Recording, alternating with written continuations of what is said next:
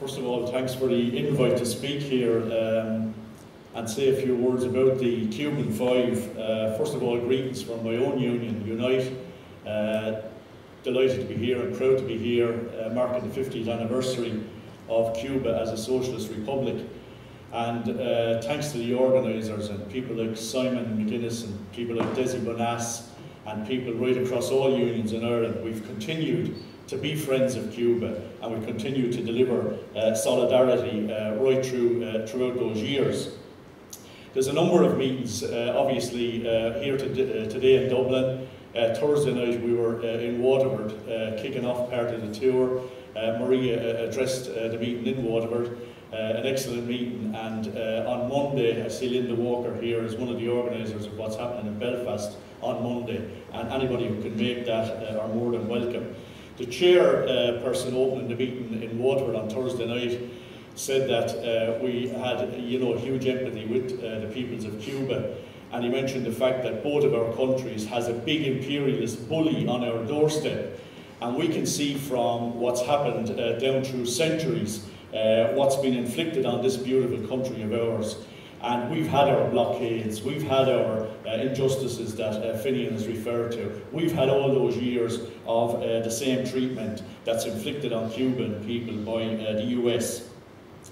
And of course, we've gone through our homegrown capitalists here in Ireland, and a number of the speakers, Padraig and a number of other speakers, have referred to what those homegrown capitalists have inflicted on this country. And we now see the IMF in here with the EU and the ECB, seeing that we ticked the boxes in the last 3 months, pat on the head for us if we did, and inflicted further misery if we don't. And all of the behaviour of that last government that should be made to account beyond just being kicked out of the door in the last election.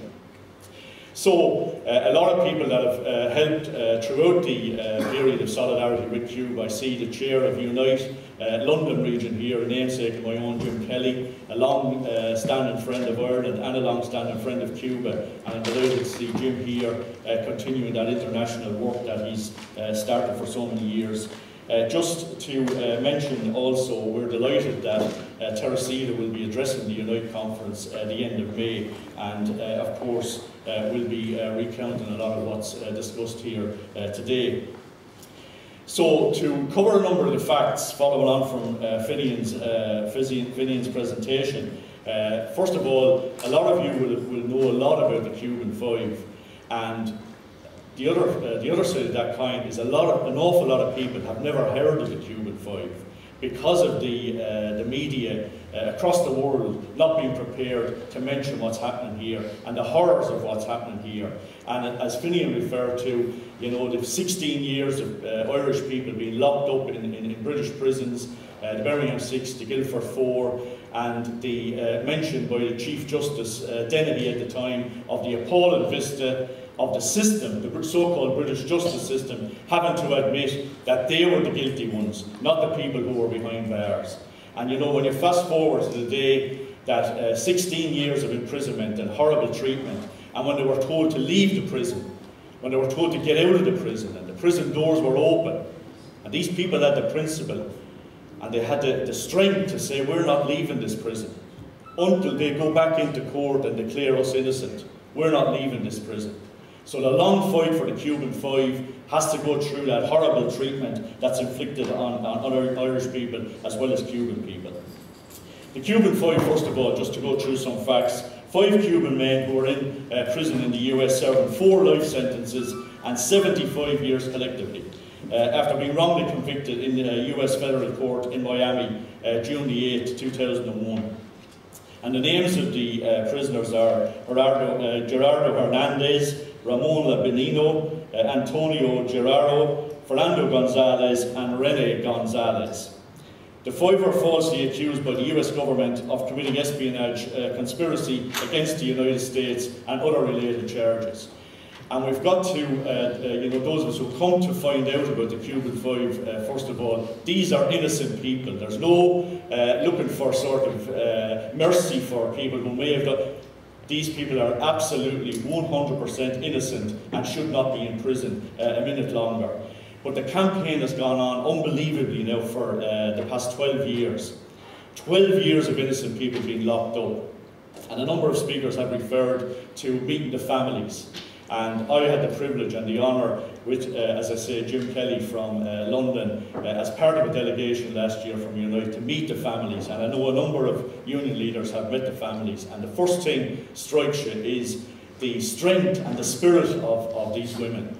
There's no, they tell you not, don't hang your head, don't apologise because our husbands haven't been released. The strength of this campaign, or the strength of the people that have been involved, we can hold our heads up high. It's the US government and what they're doing and inflicting on our husbands. They're the culprits, and they're the people who are to blame for this. So don't in any way feel down. And that strength and spirit shines through your full meeting with the wives of the Cuban Five.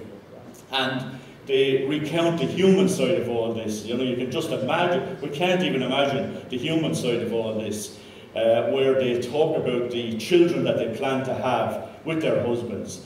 And you know, with the drift of time, maybe the possibility that they'll never have those children that they plan to have. And that's the human side that they recount every day while their husbands are locked up in those prisons in the US.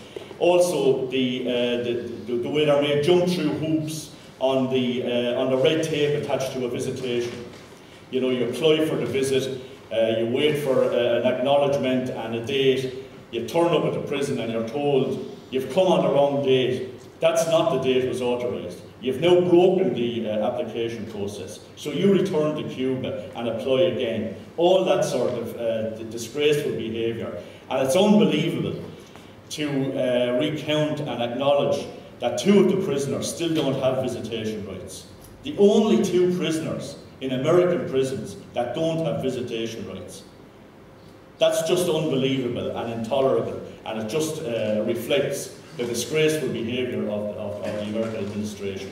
And a number of speakers have said, rightly so, how can we impact on any opportunity, either with the new Minister for Foreign Affairs, with the visit of Obama, whatever opportunity.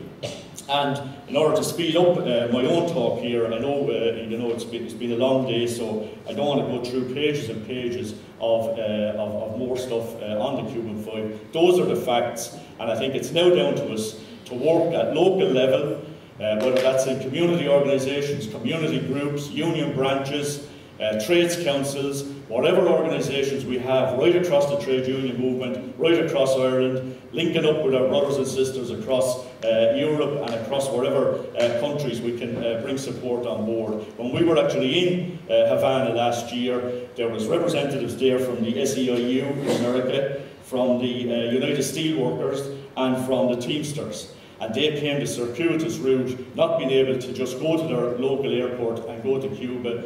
You can't do that, so they had to go the roundabout way through Canada and elsewhere to get there. But it was a historic day that they were there, that they were bringing solidarity from American and Canadian workers and Canadian and American unions like our own unions here. And that solidarity, I think, can build up to workers making an unstoppable force which will see justice for the Cuban Five, see their release, and see at least decent treatment for once. Thank you.